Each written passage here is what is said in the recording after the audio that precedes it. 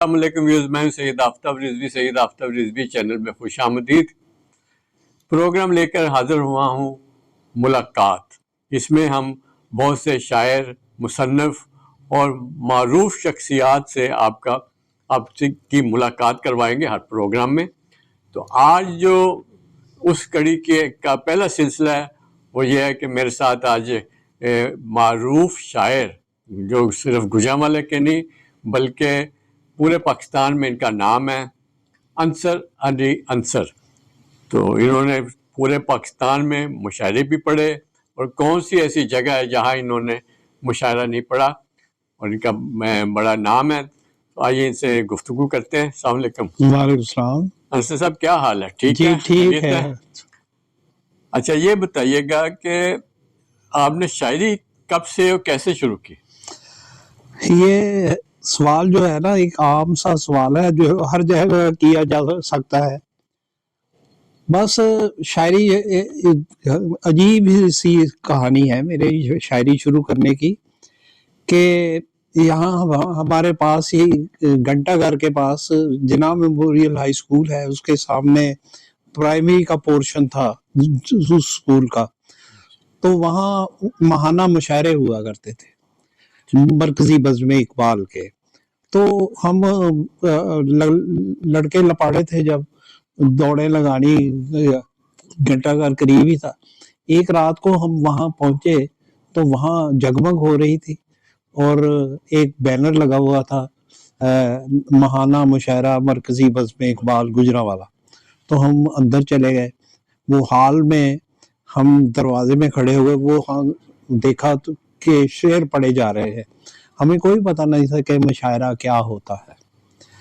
تو وہاں ہم پھر جب ہمیں پتہ چل گیا تو جب بھی مشاعرہ ہونا ہم نے چلے جانا، اور اس شاعر کو ہم بہت خوب شاعر سمجھتے تھے جو ترنم سے پڑھتے تھے۔ لیکن وہاں بڑے بڑے لوگ تھے جن کو مجھے دیکھنے کا شرف حاصل ہوا، تو وہاں آنے جانے لگے۔ پھر اے ڈی ماڈل ہائی اسکول میں ملک منظور صاحب جو فارسی کے ایم اے تھے، گولڈ میڈلسٹ تھے، وہ وہاں پرنسپل تھے۔ تو ایک دن سپہر کو ادھر جانا ہو گیا، ہمارا 3-4 لڑکے ہم گئے، تو وہاں دیکھا کہ صحن میں میزیں جوڑ کے اس کے ارد گرد 15-20 لوگ بیٹھے ہوئے ہیں، وہ بھی کوئی پڑھنے پڑھانے کی بات ہو رہی ہے کہ وہ دراصل تنقیدی اجلاس تھا۔ تو وہاں ہم نے دیکھا جن لوگوں کو، ان میں کبھی لاہور سے میم حسن لطیفی تشریف لے آتے تھے، عرش صدیقی صاحب تھے یہاں اسلامیہ کالج میں، اسرار سہاروی صاحب تھے، ڈاکٹر وحید قریشی تھے، مظفر علی سید تھے، اور میرے استاد محترم علامہ غلام یعقوب انور، اور راسخ عرفانی، ارشد میر، ایسے لوگ جو کو ہم نے وہاں دیکھا۔ تو سید سبط الحسن زیغم وہ بھی ہوتے تھے، تو وہ خوب گرما گرم بحث ہو رہی، ہمیں کوئی پتہ نہیں کہ کیا ہے یہ۔ تو پھر جب ہم مشاعرے میں جاتے نا تو ایک کاپی پینسل ساتھ لے جائے، وہ شعر کوئی مصرے جو نوٹ ہونا وہ لکھ لینے۔ تو پھر ایسے ہوا کہ دیکھا کہ لوگ پڑھتے کیسے ہیں، ہم نے بھی کوشش کی پڑھنے کی۔ پھر ایک دن بس قدرت کو ایسا ہی تھا کہ میرے اندر شاید کچھ تھا مصرے کہنے کا، تو میں نے مصرے کہنے شروع کر دیے۔ پھر جب یہ 61 کی بات ہے، کبھی کسی صاحب ثروت یا صاحب ذوق کے گھر بھی یہ مشاعرے کی نشست ہوتی تھی۔ تو میر اللہ رکھا صاحب لکڑ والا پل پہ ان کی رہائش تھی، مرکزی بزم اقبال کا طری مشاعرہ تھا۔ مجھے طرح مصرع آج بھی یاد ہے، بک رہا تھا جب کہ یوسف مصر کے بازار میں۔ تو اس طرح پہ میں نے بھی کوشش کی، کو لکھ کے لے گئے، کامتی آواز سے پڑھتے رہے جو ہمیں نصیب ہوا۔ تو وہ تھی ابتدا۔ تو میں نے جو پہلا شعر کہا مجھے اب بھی یاد ہے، وہ یہ تھا کہ رخ پہ زلفوں نے بکھر کر اس طرح بل کھائے ہیں، دھوپ میں بکھرے ہوئے جیسے سرو کے سائے ہیں۔ جب ہم نے استاد محترم کو دکھائی یہ غزل، تو انہوں نے یہ تو استاد ہی بتاتے ہیں، ہم ٹھہرے پنجابی، سرو نہیں ہوتا اردو میں سرو کہتے ہیں، تو انہوں نے کہا کہ یہ مصرع اگر سرو پڑے تو وزن میں ہے، لیکن انہوں نے پھر سرخ قلم سے اسے کاٹا اور اس طرح اصلاح کی کہ رخ پہ زلفوں نے بکھر کر اس طرح بل کھائے ہیں، دھوپ میں بکھرے ہوئے جیسے گنیرے سائے ہیں، گنیرے کر دیا، درست ہو گیا، معنی بھی وہی رہے۔ یہ تھے کچھ ابتدا سی، پھر اب تک ہم سیکھنے کی پوزیشن میں لوگوں سے پوچھتے رہتے ہیں، گفتگو کرتے ہیں، سیکھتے ہیں، سیکھنے کے مراحل میں ہوں میں ابھی تک۔ بچپن آپ کا کیسا گزرا؟ بچپن جی بس یہ سمجھ لیں کہ ماں کے بغیر کیا بچپن ہوتا ہے، لیکن اللہ غریق رحمت کرے، میری دادی نے مجھے ماں کی کمی نہیں محسوس ہونے دی، اور مڈل کلاس کے بچوں کا جو ہوتا ہے ویسے اچھا گزرا، ٹھیک ہے، پڑھتے بھی رہے، کھیلتے بھی رہے۔ شرارتی تھے؟ ہاں شرارتی تھوڑے بہت تو تھے، اب بھی شرارت کر لیتا ہوں۔ تعلیم کہاں سے حاصل کی؟ تعلیم میں جی ابتدا تھی، میونسپلٹی کا ایک اسکول تھا، وہ شاہ والا کھو جو ہے نا اس کے سامنے، برانچ نمبر 1، چوتھی تک وہاں تعلیم لی، پھر جناح اسکول میں آ گئے، اور 8ویں جب پاس کی 57 میں تو پھر گورنمنٹ اسکول چلے گئے، وہ شیخو پورہ موڑ پہ، تو گورنمنٹ ہائی اسکول، وہاں ٹیسٹ دیا، پاس ہو گئے، داخل ہو گئے، وہاں سے میں نے سن 60 میں میٹرک کیا، پھر اسلامیہ کالج آ گئے، یہاں سے 64 میں فارغ ہوئے۔ سنا ہے کہ جب کوئی ٹھیس لگتی ہے تو شاعری جنم لیتی ہے، کیا یہ بات درست ہے؟ ہاں کبھی ہوگی درست، لیکن میں نے بتایا نا آپ کو کہ کیسے ابتدا ہوئی شاعری کی، اب تو صرف ٹھیس عشق سے ہی نہیں لگتی، حالات بھی بنا دیتے ہیں، ہے نہیں؟ تو اب جو غزل جیسے پہلے کہی جاتی تھی، جسے ہم ٹھیٹھ غزل کہہ سکتے ہیں یا روایتی غزل کہہ سکتے ہیں، تو وہ غزل نے بہت سفر طے کر لیا ہے کہ انسان کے مسائل، ارد گرد کا ماحول، یعنی سارا کچھ آتا ہے، لیکن پھر بھی اس کا جواب ایک شعر میں تو دے ہی دوں میں آپ کو، وہ یوں ہے: ہوا ہے عام جو ذوق ہنر تھا تیرے لیے، بسے ہیں لوگ اب اس میں جو گھر تھا تیرے لیے۔ کیا بات، بسے ہیں گھر میں، بسے ہیں لوگ اب اس پہ اس میں جو گھر تھا تیرے لیے۔ گھر تھا تیرے لیے، بہت خوب کہا، بہت خوب کہا۔ اچھا یہ بتائیے گا کوئی خاص واقعہ جو آپ کو کبھی بھولا نہ ہو زندگی میں؟ دیکھیں زندگی تو ایک سفر ہے، اور جب آدمی ٹرین میں یا کسی سواری میں سفر کرتا ہے، بے شمار مناظر ہیں ایسے جو نظر سے گزرتے ہیں، لیکن کوئی یاد رہ جاتا ہے، کوئی واقعات ہوتے ہیں۔ مثلا جس زمانے میں ہم کرکٹ کھیلتے تھے اسلامیہ کالج میں، تو جب یونیورسٹی کے انٹر کالجز میچز ہوتے تھے، بڑی یادیں ہیں وہاں کی، شرارتیں ہیں، تو رات کو قوالیاں لکھتے تھے، ساری ٹیم قوالیاں کہتی تھی، اور بہت کچھ ہے، لیکن میں سمجھتا ہوں کہ ایسی باتوں کو دہرانا کوئی اتنا صائب نہیں ہے۔ ہاں اپنے پاس جو یادیں ہوتی ہیں اس میں آدمی شاید زندہ بھی رہتا ہے۔ بہت خوب۔ کتنے اب تک شعری مجموعے ہیں آپ کے؟ جی یہ کہہ لیجئے کہ دیکھیں تقریباً 60 سال سے زیادہ ہو گئے شعر کہتے ہوئے، مشاعرے پڑھتے ہوئے، لیکن میرا ایک ہی مجموعہ آیا ہے 79 میں، جس کا پریفیس عارف عبد المتین صاحب نے لکھا تھا، اور اس میں آراء جو ہیں جو وہ بہت سے مشاہیر کے اچھے لوگوں کی ہیں میرے پاس۔ ٹھیک ہے۔ اس کا مجموعے کا نام تھا برف رت میں گلاب۔ کچھ عطا کیجئے گا ذرا ناظرین کے لیے، دیکھ رہے ہیں۔ پہلے تو ابھی مجموعے کا ذکر ہوا ہے، جو پہلی غزل ہے وہی اس کے چند اشعار آپ کو سنائے دیتے ہیں کہ برف رت میں گلاب دیکھتا ہوں، برف رخت میں گلاب دیکھتا ہوں، جاگتے میں بھی خواب دیکھتا ہوں، تاج پہنے ہوئے غلاموں کو وقت کے ہم رکاب دیکھتا ہوں، کیسے بدصورتوں کی بستی ہے، سب کے منہ پر نقاب دیکھتا ہوں، کیا بات، جنتوں کی بشارتیں پا کر دوزخوں کے عذاب دیکھتا ہوں. یہ ہمارا پاکستان ہے نا. ماشاء اللہ. جنتوں کی بشارتیں پا کر دوزخوں کے عذاب دیکھتا ہوں، چار جانب ہے سیل آب عنصر، چار جانب سراب دیکھتا ہوں. اب آپ فرمایا تو میں ابھی یہ غزل یاد آ گئی تو میں نے پیش کر دی. میرا خیال یہ ہے کہ اس کا کلام سنانے کا آغاز نعت سے کیا جائے.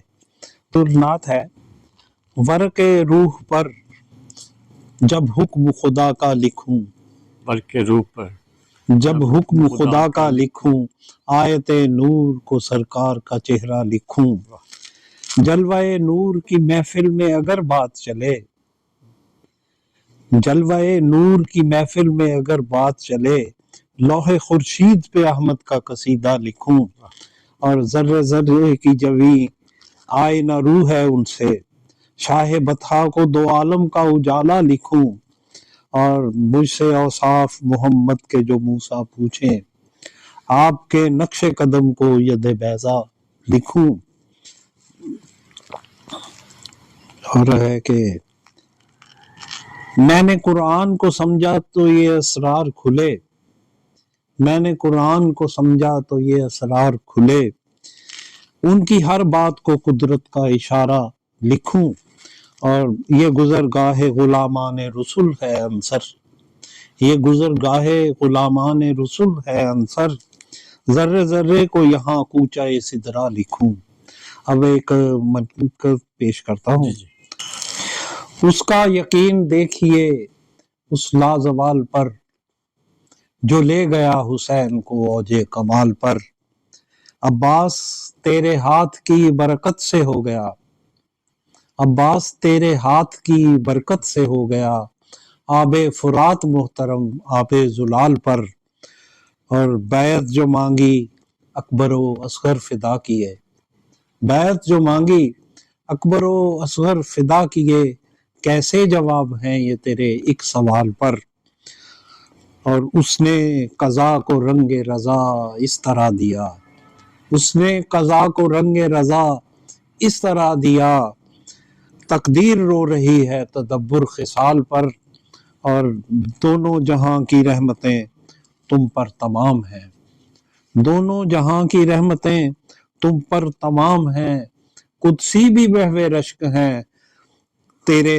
کمال پر، اور نوحہ کناں ہنوز ہیں کربل کی وسعتیں، نوحہ کناں ہنوز ہیں کربل کی وسعتیں، قدسی فدا ہیں آپ کے گھوڑے کی چال پر، اور یہ تیرا معجزہ ہے کہ صدیوں کے بعد بھی، یہ تیرا معجزہ ہے کہ صدیوں کے بعد بھی آنسو برس رہے ہیں محمد کی آل پر، مدحت سرا ہوا ہے جو عنصر تیرے حضور، برسا کرم کا ابر میرے انفعال پر. اب ایک غزل سنائے دیتے ہیں آپ کو جی.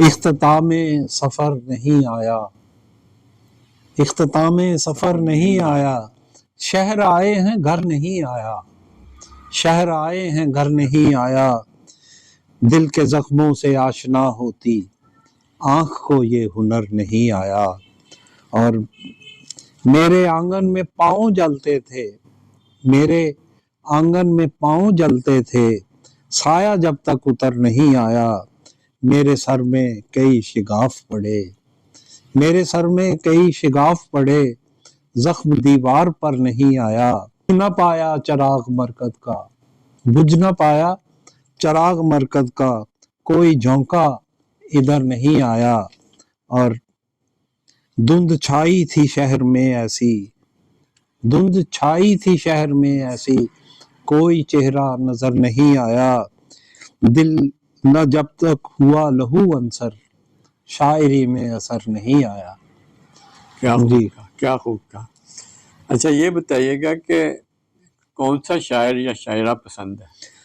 دیکھیں جی، ایک سے ایک بڑی دنیا ہے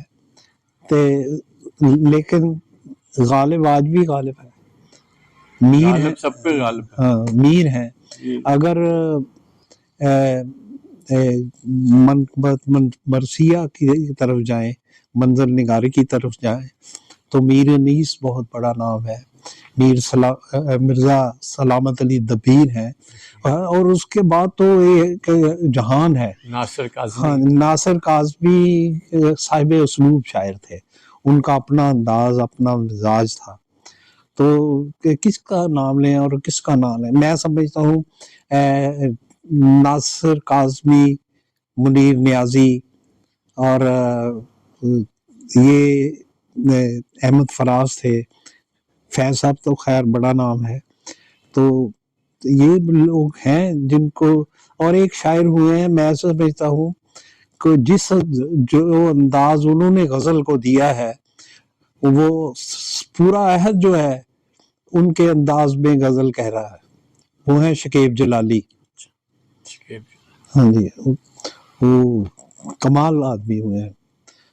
تو پھر ادم بہت بڑا نام ہے ہمارے دور کا، اور الحمدللہ ایک مشاعرہ ہوا تھا یہاں کچہری میں، تو اس میں ادم بھی تھے، صوفی تبسم تھے، احسان دانش تھے، اور بڑے لوگ تھے. تو کہیں تصویر بھی ہوئے گی. تو ہمارا ابتدا کا زمانہ تھا، میں نے بھی اس مشاعرے میں پڑھا. کن کن شاعروں سے ملنے کا اتفاق ہوا؟ بڑے شاعروں سے وہ ایک نام ہے کوئی بڑے، جب جشن فیض پہ 92 میں ہم گئے تھے تو پورا ہفتہ وہاں رہے. وہاں اب میرے پاس تصاویر بھی ہیں، کبھی میں شیئر کروں گا آپ کے ساتھ. تو وہاں کنور مہندر سنگھ بیدی سحر کی صدارت میں مشاعرہ پڑھا، کیفی اعظمی کی صدارت میں پڑھا، بشیر بدر کی صدارت میں پڑھا، اور کیا کیا نام گنوائیں، اور جن کو دیکھا یا سنا یا جن کے پاس بیٹھے. ایک میں خوش قسمت سمجھتا ہوں اپنے آپ کو کہ شاید اب لوگ یہ کہہ سکتے ہیں کہ میں وہ شخص ہوں جنہوں نے ان بڑے لوگوں کو دیکھا یا ان کے پاس بیٹھا. بڑی بات ہے، بڑی بات ہے جی. اسکولوں میں آج کل انگلش میڈیم ہے، کالجز میں بھی انگلش میڈیم ہے. شاعری جو ہے آپ کا دور ہے، پچھلا دور ہے، تو یہ کہاں دیکھتے ہیں کہ شاعری آئندہ جو ہے کیا پنپے کی؟ کیونکہ جو طرز زندگی ہے، وہ طرز گفتگو ہے، وہ انگلش میں جا رہا ہے. وہ بھائی جان بات یوں ہے، آپ کے سوال میں ایک ذکر آیا ہے تعلیم کا. تعلیم جو ہے ہمارے ہاں، وہ اس کا کوئی نظام ہی کبھی نہیں رہا. کوئی اس طرح چینج کر دو، اس طرح کر دو. تو پہلے ایک ترکیب ہوتی تھی تعلیم و تربیت. تربیت تو جڑ ہی گئی ہے. ہمارا ملک تعلیم کے حوالے سے اتنا بد نصیب ہے کہ یہاں اب تک رٹا نہیں نکال سکے ہم. اور جو بچے بڑے بڑے نمبر لیتے ہیں وہ اصل میں ایک رسید ہوتی ہے ان پیسوں کی جو ماں باپ ان پہ خرچ کرتے ہیں. اور نمبر لینے کے بعد ان کے پاس بنیادی طور پہ جو چاہیے یا جو ان میں موجود ہونا چاہیے تعلیمی حوالے سے، وہ تو ہوتا ہی نہیں ہے، کچھ بھی نہیں ہے. اور یہ ٹریجڈی کی یہ بات ہے کہ میں نے ایم اے اردو لوگ ہیں جو کہیں پرائیویٹ کالجز میں یا کالجوں میں پڑھاتے ہیں، ان کی املا تک درست نہیں ہوتی. تو یہ تو بیڑا غرق ہے. تعلیم کرنا نام لے میرے سامنے، تعلیم ہے ہی نہیں. جو کچھ پڑھایا جا رہا ہے وہ سب رٹا ہے، سب جعلی ہے. بچوں کے ذہنی ڈیولپمنٹ کوئی نہیں ہو رہی. تو آئندہ دیکھیں، بڑا خوفناک منظر مجھے نظر آ رہا ہے کہ تعلیم تو یہاں رہی نہیں. جہاں تک آپ نے بات کی ہے کہ شاعری، دیکھیں جو ہماری قومی زبانیں ہیں نا وہ ہیں پنجابی، پشتو، جو بلوچستان میں بلوچی بولی جاتی ہے، سندھی ہے. تو اردو جو زبان ہے نا ہماری رابطے کی زبان کہہ سکتے ہیں، ہم نے قومی زبان بنایا ہوا ہے. خاص کر پنجاب میں یہ جو کمپلیکس ڈال دیا گیا ہے کہ اردو جو ہے وہ مہذب زبان ہے، حالانکہ پنجابی زبان ہم جو پنجابی بولتے ہیں نا ان کو بھی کئی ایسے الفاظ ہیں جن کے معنی کا نہیں پتہ. اتنی وسیع زبان ہے، اس میں جو بڑی شاعری ہوئی ہے پنجابی میں وہ انٹرنیشنل لیول کی ہے، بڑے مطلب اس میں بڑی گہرائی اور گہرائی ہے. تو یہ اور طرف موضوع نکل جائے گا. تو میں یہ سمجھتا ہوں کہ مثلا ہم ہیں، آپ ہیں، کوئی ہے، اگر ہم نے انگریزی بولنی تو سوچیں گے پہلے پنجابی میں، پھر اس کا ترجمہ سوچیں گے پنجابی میں، پھر اردو بولیں گے. اور یہاں اردو کا ایسا ستیہ ناش کر دیا گیا ہے تعلیمی اداروں سے لے کر گھروں تک. مائیں جو اردو بولتی ہے، ٹیچر جو اردو بولتی ہے، اس میں پنجابی کے لفظ مکس ہوتے ہیں، انگریزی کے لفظ ہوتے ہیں، تو اردو کا بھی بیڑا غرق کر دیا گیا ہے. یہ تو میں یہ سمجھتا ہوں کہ بڑے اچھے بچے ہیں، بڑا بڑا اچھا کہنے والے آج بھی آ رہے ہیں اور ماضی میں بھی رہے ہیں. تو یہ جو قدرتی ٹیلنٹ ہوتا ہے نا اس بڑا غلط سا ایک ٹرینڈ چل پڑا ہے، وہ یہ ہے کہ جو نئے لکھنے والے آتے ہیں نا انہیں ذرا سی مصرع کہنے کی رغبت ہو جائے یا وہ کہنے لگ جائے نا تو پھر وہ اپنی شہرت اور خود توصیفی کی طرف پڑ جاتے ہیں، بجائے اس کے کہ اسے سیکھا جائے، اسے سمجھا جائے. اور یہاں اسے فن کیوں کہا جاتا ہے کہ فن اس لیے ہے کہ اس کے جو اوزان ہیں یا علم عروض ہے وہ سیکھنا بڑا مشکل کام ہے. وہ نہیں سیکھتے، اس طرح توجہ نہیں دیتے، بس اس طرح پڑ جاتے ہیں کہ ہمارا نام ہو جائے، ہماری شہرت ہو جائے، ہم جانے جائیں. میں تو الحمدللہ کبھی ایسا نہیں کیا کہ مجھے کہیں بھی پڑھا دے مشاعرے میں کہ جی مجھے بعد میں کیوں نہیں پڑھایا، پہلے کیوں یوں کر دیا، یوں کر دیا، کبھی یہ سوچا ہی نہیں. کیونکہ جو اللہ تعالیٰ کی طرف سے ملتا ہے، عطا ہوتا ہے، وہ وہی ہوتا ہے. اگر اچھا ہے تو لوگ خود جانیں گے. جانے سے پہلے کچھ پیغام دینا چاہیں گے عوام کو یا اپنے نوجوان شاعروں کو؟